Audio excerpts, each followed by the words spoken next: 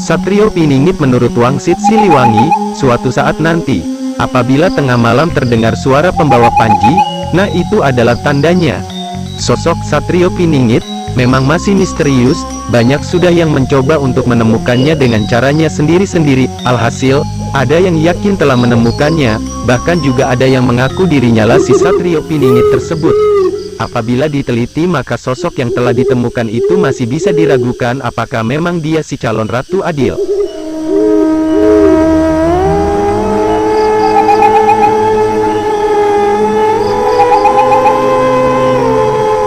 Salah satu naskah yang biasa kita gunakan sebagai rujukan yaitu Uga Wangsit Siliwangi. Siliwangi dalam Uga Wangsitnya menyebut si calon Ratu Adil dengan sebutan bocah angon atau pemuda penggembala. Beberapa hal yang disebutkan dalam Uga Wangsit Siliwangi mengenai bocah angon yaitu 1. Suara minta tolong. Dalam Uga Wangsit Siliwangi disebutkan, suatu saat nanti, apabila tengah malam, dari Gunung Halimun terdengar suara para pembawa panji, nah itu adalah tandanya. Semua keturunan kalian dipanggil oleh yang mau menikah di Lebak Cawene. Kata, suara minta tolong, sepertinya sama dengan ungkapan Joyoboyo dalam bait 169 yaitu, senang menggoda dan minta secara nista, ketahuilah bahwa itu hanya ujian, jangan dihina, ada keuntungan bagi yang dimintai, yang artinya dilindungi Anda sekeluarga. Bocah angon di awal kemunculannya akan beraksi melakukan hal-hal sebagai pertanda kedatangannya. Salah satunya adalah meminta tolong kepada orang di sekitar daerah Gunung Halimun. Tidak jelas mengapa dia minta tolong kepada orang lain, apakah dia dalam kesulitan ataukah keperluan lainnya. Yang pasti bila telah terjadi hal demikian berarti itu pertanda akan kemunculannya. Sementara dikaitkan dengan ramalan Joyoboyo, pada bait 169 disebutkan bila bocah angon tersebut suka minta secara nista sebagai ujian. Kalimat tersebut mengindikasikan bahwa minta tolong itu hanya sebatas ujian bagi yang dimintai pertolongan. Ujian apakah itu? Belum diketahui ujian apa yang suka dilakukan bocah angon pada orang, sebaiknya kita tunggu saja kejadiannya.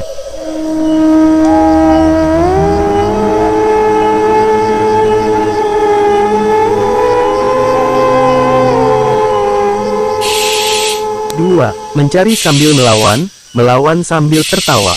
Dalam Uga Wangsit Siliwangi disebutkan, suatu saat nanti akan banyak hal yang ditemui, sebagian. Sebab terlanjur dilarang oleh pemimpin pengganti. Ada yang berani menelusuri terus-menerus, tidak mengindahkan larangan, mencari sambil melawan sambil tertawa. Dialah anak gembala, kata terlanjur dilarang ini apa maksudnya? Apakah dilarang dalam mengungkap fakta-fakta, atau dilarang meluruskan sejarah? Sepertinya masih butuh penafsiran lagi. Yang pasti bocah angon sepertinya tidak peduli dengan larangan pemimpin. Bahkan bukan hanya tidak peduli dengan larangan tersebut, tetapi lebih dari itu bocah angon melawan larangan si pemimpin itu sambil tertawa. Tidak bisa dibayangkan bagaimana perasaan si pemimpin bila dilawan sambil tertawa. Bisa-bisa bocah angon dalam situasi bahaya karena kerjanya selalu melawan sang pemimpin pengganti. Kata banyak yang ditemui sebagian karena terlanjur dilarang pemimpin baru, menunjukkan bahwa yang akan ditemukan masyarakat memang hanya sebagian saja. Oleh karena sebagian saja maka yang ditemukan tersebut belumlah lengkap dan tentunya belum sempurna hasilnya. Tetapi tidak bagi bocah angon, dia terus saja mencari sambil melawan. Bisa jadi temuan si bocah angon ini kelak merupakan temuan yang paling lengkap dan mendekati kebenaran.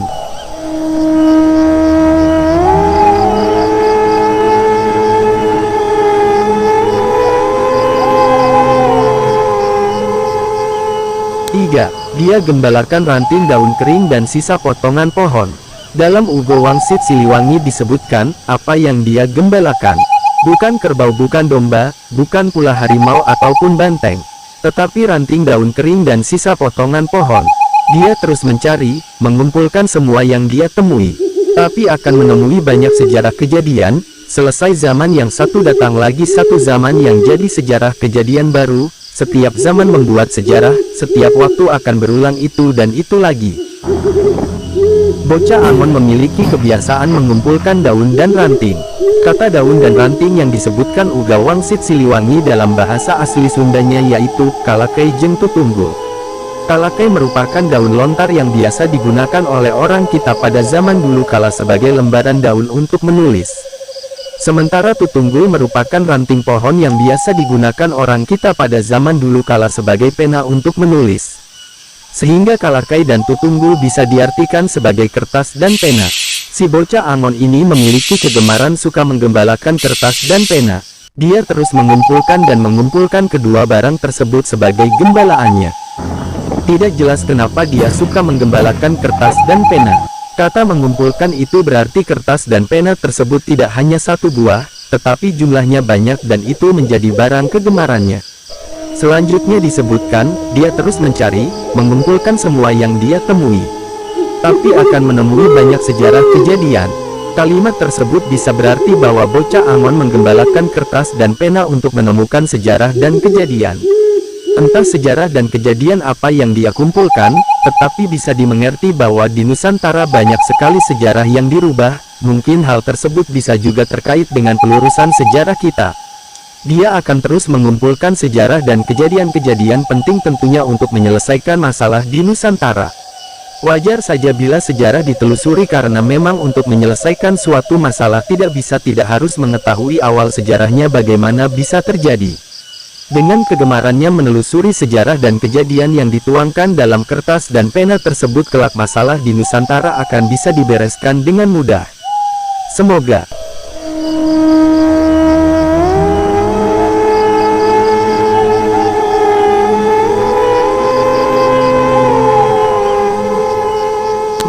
Rumahnya di ujung sungai yang pintunya setinggi batu.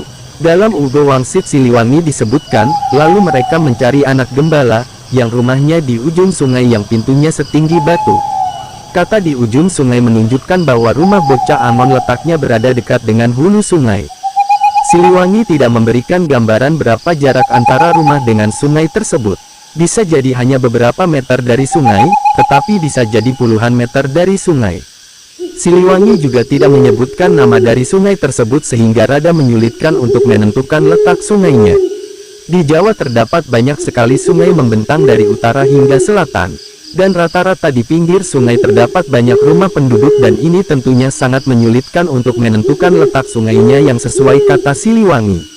Namun yang pasti bocah Angon rumahnya dekat sungai sehingga bila ada yang mengaku dirinya bocah Angon tetapi rumahnya jauh dari sungai berarti itu tidak sesuai dengan Uga Wangsit Siliwangi.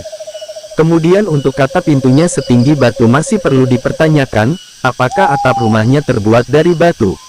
Dan juga apakah pintu rumahnya juga terbuat dari batu?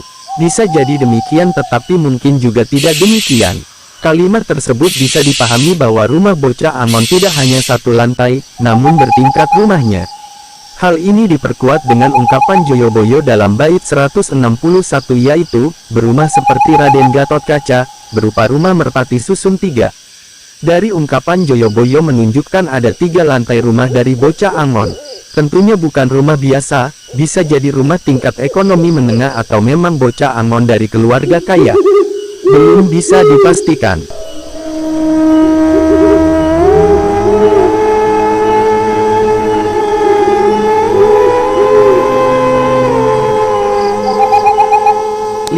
Tertutupi pohon handelem dan hanjuang.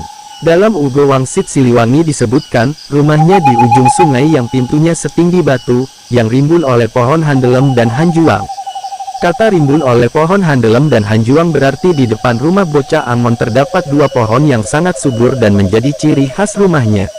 Dalam hal ini hanya disebutkan 2 buah pohon saja, artinya memang hanya ada 2 buah pohon di depan rumahnya sebagai pembeda dari rumah lainnya. Apabila ditelusuri kedua jenis pohon tersebut dalam istilah bahasa Indonesianya memang belum diketahui apa namanya. Kedua kata tersebut sepertinya bahasa kuno dari daerah Sunda tempat Siliwangi berada. Hingga kini belum ada pihak yang merasa mengetahui kedua jenis pohon tersebut. Bahkan orang-orang asli Sunda pun juga mengaku tidak mengetahui kedua jenis pohon itu. Kita tunggu saja kelak akan kita ketahui juga. Sementara itu beberapa kalangan justru menafsirkan kata handelem dan hanjuang sebagai simbol saja. Benarkah kedua pohon itu sebenarnya bukan pohon hidup di atas tanah, tetapi sekedar simbol saja? Coba Anda lihat kembali Siliwangi menyebut pemuda penggembala dengan apa yang dia gembalakan. Bukan kerbau, bukan domba, bukan pula harimau ataupun banteng, tetapi ranting daun kering dan sisa potongan pohon. Kata pemuda penggembala itu cuma simbol dari Siliwangi. Kemudian simbol tersebut dijelaskan bila yang digembalakan bukan binatang, tetapi daun dan ranting. Sementara kata Handelem dan Hanjuang tidak ada kalimat penjelasan selanjutnya. Sehingga kedua kata tersebut dapat dipastikan memang dua buah pohon yang tumbuh di atas tanah. Apabila simbol tentunya Siliwangi akan menjelaskan maksudnya.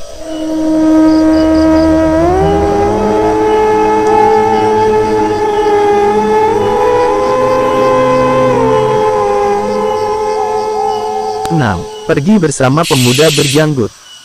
Dalam Ugo Wangsit Siliwangi disebutkan, semua mencari tumbal, tapi pemuda gembala sudah tidak ada, sudah pergi bersama pemuda berjanggut, pergi membuka lahan baru di Lebak Cawene.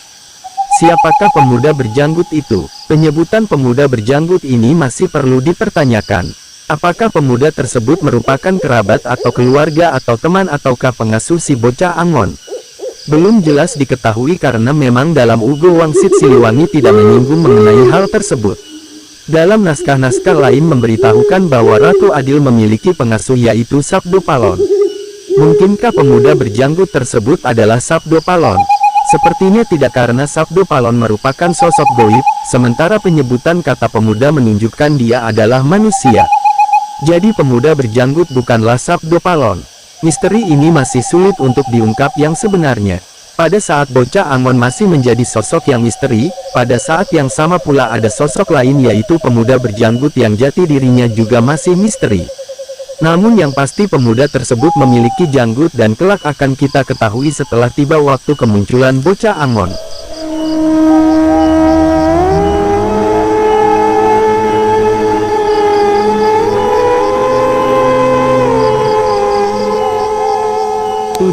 Pergi membuka lahan baru di Lebak Cawene. Dalam Ugo Wangsit Siliwangi disebutkan, semua mencari tumbal, tapi pemuda gembala sudah tidak ada, sudah pergi bersama pemuda berjanggut, pergi membuka lahan baru di Lebak Cawene.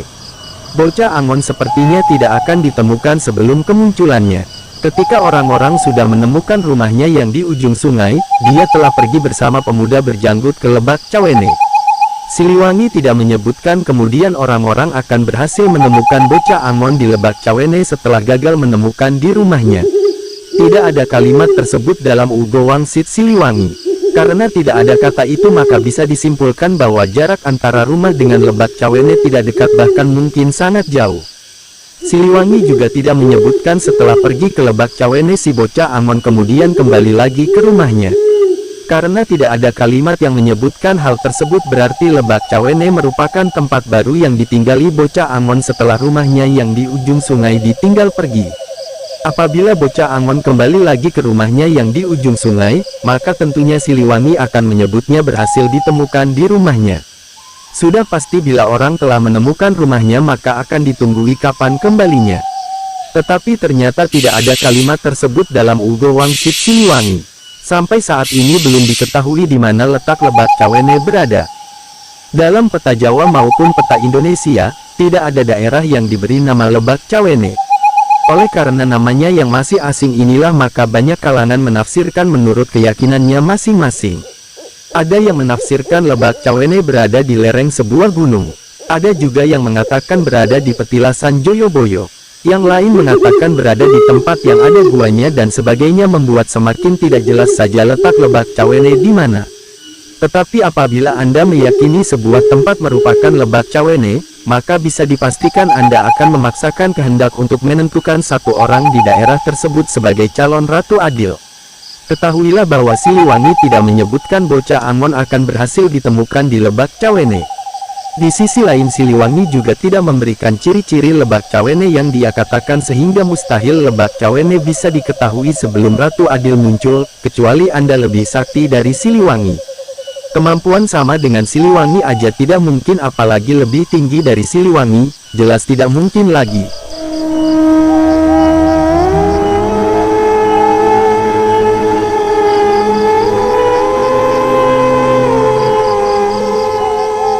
8. Gagak berkoar di dahan mati. Dalam Ugo Wangsit Siliwangi disebutkan, semua mencari tumbal, tapi pemuda gembala sudah tidak ada, sudah pergi bersama pemuda berjanggut, pergi membuka lahan baru di Lebak Cawene. Yang ditemui hanya gagak yang berkoar di dahan mati. Kata gagak berkoar mungkinkah memang burung gagak yang suka berkicau, ataukah itu merupakan simbol saja? Banyak kemungkinan mengenai gagak berkoar tersebut. Namun dalam naskah-naskah lain seperti yang diungkap Romo Warsito dan Joyoboyo bahwa bocah Angon sebelum menjadi Ratu Adil hidupnya menderita, dia sering dihina oleh orang. Apabila dikaitkan dengan hal tersebut maka gagak berkoar itu bisa juga diartikan sebagai orang-orang yang suka menghina si bocah Angon. Oleh karena hidupnya yang selalu saja dihina orang, maka akhirnya bocah Angon pun pergi meninggalkan rumahnya. Kemudian dia bersama pemuda berjanggut menuju ke Lebak Cawene untuk membuka lahan baru di sana. Semua mencari tumbal bisa saja diartikan sebagai mencari berita dan ketika yang dicari si bocah Angon sudah tidak ada, maka tidak bisa tidak mencari berita dari para gagak yang berkoar tersebut.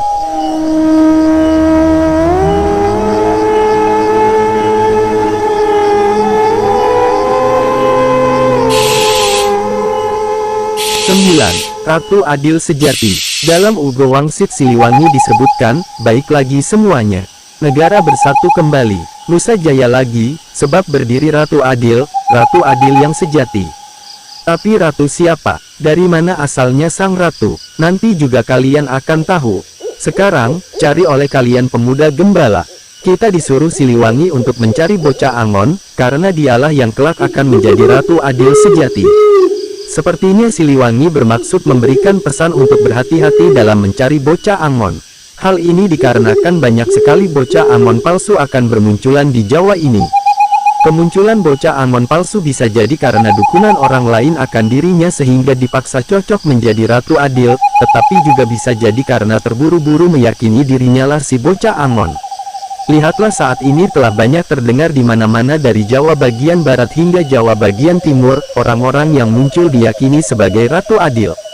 Bahkan juga bermunculan di mana-mana orang yang mengakui dirinya lah Ratu Adil tersebut. Apabila dimintai bukti maka orang-orang tersebut akan mencocok-cocokkan diri dengan naskah-naskah yang ada untuk meyakinkan orang. Padahal kenyataan tidak semuanya cocok. Untuk itulah Siliwangi berpesan agar kita mencari Ratu Adil Sejati, karena Ratu Adil Sejati hanya satu sementara Ratu Adil palsu banyak sekali. Walaupun banyak Ratu Adil palsu, hal itu tidak akan mengubah kepastian munculnya yang asli. Apabila yang asli telah muncul maka semua akan terbukti mana yang asli dan mana yang palsu sesuai kata Siliwangi. Tapi ratu siapa? Dari mana asalnya sang ratu? Nanti juga kalian akan tahu. Sekarang, cari oleh kalian pemuda gembala. Demikianlah beberapa hal mengenai bocah Angon sesuai yang disebutkan dalam naskah Ugo Wangsit Siliwangi. Siliwangi sengaja tidak begitu jelas menggambarkan si bocah Angon dalam naskahnya sehingga sangat menyulitkan kita untuk menemukannya. Kesengajaan ini dimengerti karena memang akan banyak pihak-pihak yang tentunya menghalangi kemunculan Ratu Adil dengan berbagai alasannya. Pada saat Siliwangi tidak memberikan gambaran yang jelas mengenai bocah Angon.